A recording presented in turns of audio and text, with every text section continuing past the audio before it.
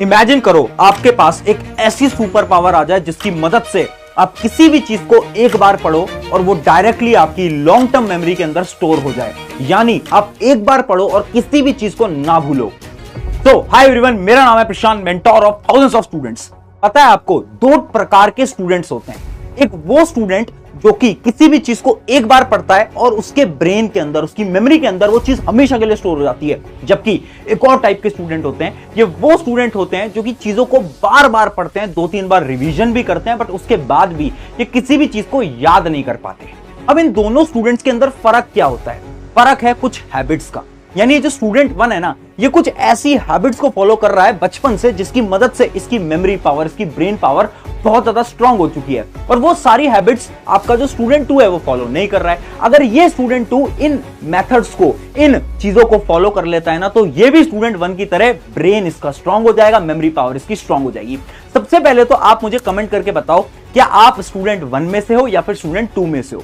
But science ऐसे बोलती है कि 5 सिंपल स्टेप्स हैं, 5 सिंपल हैबिट्स हैं। अगर आप इन हैबिट्स को फॉलो करोगे ना, तो आपका जो प्रोसेस है ना, शॉर्ट टर्म मेमोरी से लॉन्ग टर्म मेमोरी के अंदर इंफॉर्मेशन को ले जाने का, वो बहुत सिंपल हो जाएगा। यानी आप कुछ भी पढ़ोगे और आप कभी नहीं भूलोगे। क्या है वो 5 स्टेप्स? एक एक करके बताता हूं, डिटेल में ध्यान से समझना। सबसे पहले हम बात करते हैं आपके स्टेप नंबर 1 की, जो कि है द मेमोरी वॉक। ये क्या होता है? 2 स्टूडेंट की कहानी से समझाता हूं। दोनों ही स्टूडेंट एवरेज स्टूडेंट थे, दोनों ही पढ़ने में एक जैसे थे, दोनों की मेमोरी पावर भी एक जैसी थी। अब एग्जाम दोनों के पास आ गए थे।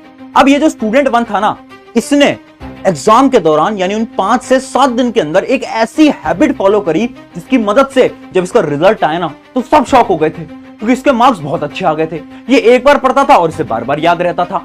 एग्जाम में जो भी पढ़ के जा रहा है सब लिख के आ रहा है। जबकि जो स्टूडेंट 2 था, इसने मेहनत तो बहुत करी, बट एग्जाम के अंदर जब ये जा रहा है तो इसे याद ही नहीं आ पा रहा है। तो ये जो स्टूडेंट 2 था, इस स्टूडेंट 1 के पास आया और उसने पूछा, यार तूने ऐसा 7 दिन के अंदर क्या कर दिया? हम दोनों तो बराबर थे, अब तेरी मेमोरी इतनी तेज कैसे हो गई?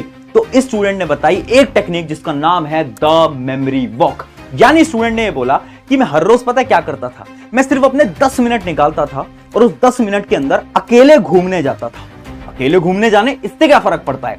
फर्क पड़ता है। अब वो जो स्टूडेंट था, जब अकेले घूमने जाता था ना, तो वो विजुलाइज करता था उसका पूरा दिन कि आज मेरे साथ आखिर हुआ क्या।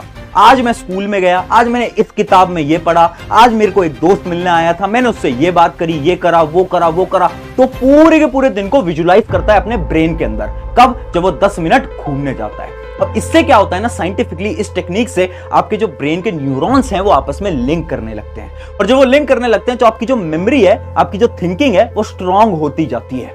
इसकी मदद से आप इसके बाद जितनी भी चीजें पढ़ने लगोगे, आप कभी नहीं भूलने वाले। और यही कॉन्सेप्ट होता है मेमोरी वॉक का। ट्राई करके देखना, 7 दिन के अंदर आपको ऐसा लगने लगेगा कि आपकी मेमोरी पावर स्ट्रांग हो गई है। जो भी आप पढ़ोगे आपको लॉन्ग टर्म तक याद रहने लगेगा।